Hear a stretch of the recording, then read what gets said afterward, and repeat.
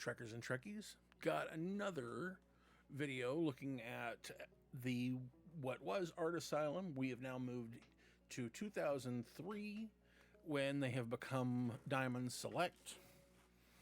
Actually, it may have been 2004 when they became Diamond Select. I think it was Art Asylum. Sorry, I needed to adjust my seat.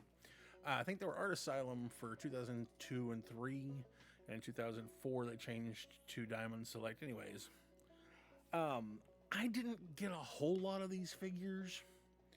At the time I was going to college, or actually about this point, it was shortly as I was finishing up college and starting to look at jobs and that kind of thing. So number one, I didn't have much money. And interesting enough, Diamond Select did some kind of deal with, oh man, I'm going to go blank on the name of the company. Avon.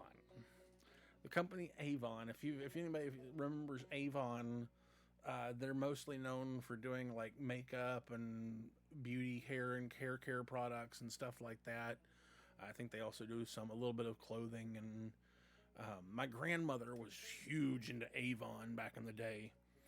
She had the perfumes and all kinds of stuff. Well, anyways, I'm not sure what brought it on, but Avon did a deal with Diamond Select to sell a 3-pack of original series figures.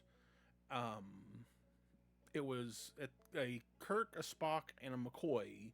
The Spock and the McCoy were reboxes of the regular Spock and McCoy from their main line. And I believe that for 1 year it was exclusive that they had Kirk in his green wrap, the casual uniform that he wore. And then it was like a year later that then they made it to where it was part of the regular toy line that was sold at stores, which no longer exist, like KB and Toys R Us and that kind of thing. They're all gone now. So we're going to look at those 3 figures. It's going to be a little bit shorter. I have lost most of the accessories. They only came with a handful of accessories. I know Spock... they came with,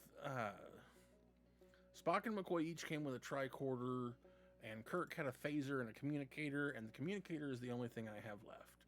So, here is the Captain Kirk with his casual wrap, which, as you see, goes all the way around, buckles in the front. You see he's got the communicator there, and his hand. Now obviously with these they could not exactly go and do head scans of the actors and get them to where they looked the way they did. At that point it would have been about 35-ish years earlier. So these were all made digitally and then made in the computer. The entire shirt section on these is made of the rubber. If you remember, I showed you on the Nemesis figures that only a little section was made of the rubber stuff. On these, the entire torso piece of the shirt is made of rubber. The arms, that's all painted, sculpted. The hands do have the same kind of swivel. Now, thankfully, they did put an arm pivot in up there. That's something that they did not have on the Nemesis figures. The legs are mostly the same, but they added a pivot here at the thigh. And, of course, because of the boots, the way that they're made, they pivot much better than the Nemesis legs did. I might actually, real quick, let me grab Captain Picard, just so you can see the differences I'm talking about and the improvements they made on the figures in just a couple of years. So you'll see There was no arm pivot on the first, because these were the very first figures that came out with. It was the Nemesis ones. There was no pivot here in the arm. There was no pivot here in the leg.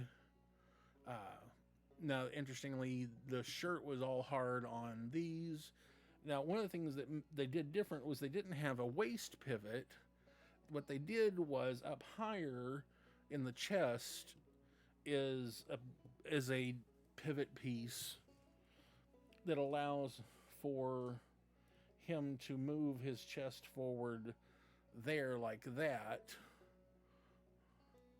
And also you can have that be where he shifts a little bit left and right. Kind of like that. It's not a full 360 amount, but it's still pretty close. For everybody wanting to know, this one is actually just a tiny bit under 7 inches, which means that he's smaller than the Captain Picard, which I don't think is accurate. I think William Shatner is a tiny bit taller. So next, let's look at Dr. McCoy. Now, like I said, this version, it only came with the tricorder where they had the strap and you could put it over his shoulders and everything. And actually, I should point out something that you've probably noticed.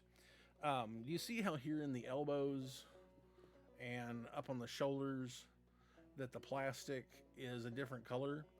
That wasn't actually like that when I got these 22 years ago. The plastic has just kind of naturally faded on those joints for some reason in the last 20 years. They weren't out in the sun. They've been in a box most of the time. It seems to be that's one of the things that happens. So, same thing. He's got the rubber shirt in the torso section. Mine have held up really well. I will say I've heard from other people, if these are left out in the sun, that the rubber will just decay and erode horribly. Arms are the same thing, painted. The face sculpt on this is awesome. I do like that DeForest Kelley sculpt. And the height, just a tiny hair above 7 inches, which that might be accurate. I never paid much attention to whether or not McCoy was taller than Kirk. I know that Spock is. Spock is definitely a decent amount taller. Well, speaking of which, here he is. So, nice sculpt on the head. Great details. I know that my camera is not too great at being able to catch everything there. The boxed version of this did come with interchangeable hands so that you weren't stuck with the live long and prosper hands. But because mine was the Avon deal, it didn't come with the interchangeable hands. And again, he's just a little over 7 inches. But everything else about the body is essentially the same. Arms, twisting hands, and the legs. Do love the way that these look. These have held up really well for what they are. I mean, like I said, it's because I've kept them in a box. I've kept them protected. Didn't intend it to be that way. Because, like I said, I know from other people that other people's figures have not looked as good after 20 some odd years, that they have decayed and degraded and don't look quite as nice. So I'm fortunate mine are still in good condition. I do hope to eventually get at least the rest of the main crew, you know, McCoy, or not McCoy, Scotty, Uhura, Sulu, and Chekhov. I would love to get the rest of them. Of course, it would be nice to have all of them. I think they made Yeoman Rand and Nurse Chapel, but I don't remember for sure. I'm pretty sure. I know they made a Nurse Chapel. Now that I think about it, I know they made a Nurse Chapel. Don't recall if they made Yeoman Rand. But I probably will at some point be making copies of those heads in order to do some stuff with them that should be kind of cool to work out with. But yeah, so this has been looking at the now Diamond Select 7-inch Star Trek Original Series Avon exclusive figures. I hope you enjoyed this. I'll see you next time. Go out and make something. If you enjoy my videos and want to see more, please like, share, subscribe, and ring the bell icon. If you want to support me, you can find me on Patreon or go over to Zazzle for prints of my artwork, t-shirts, and other cool stuff. If you're still here, why? Do you want to jam out?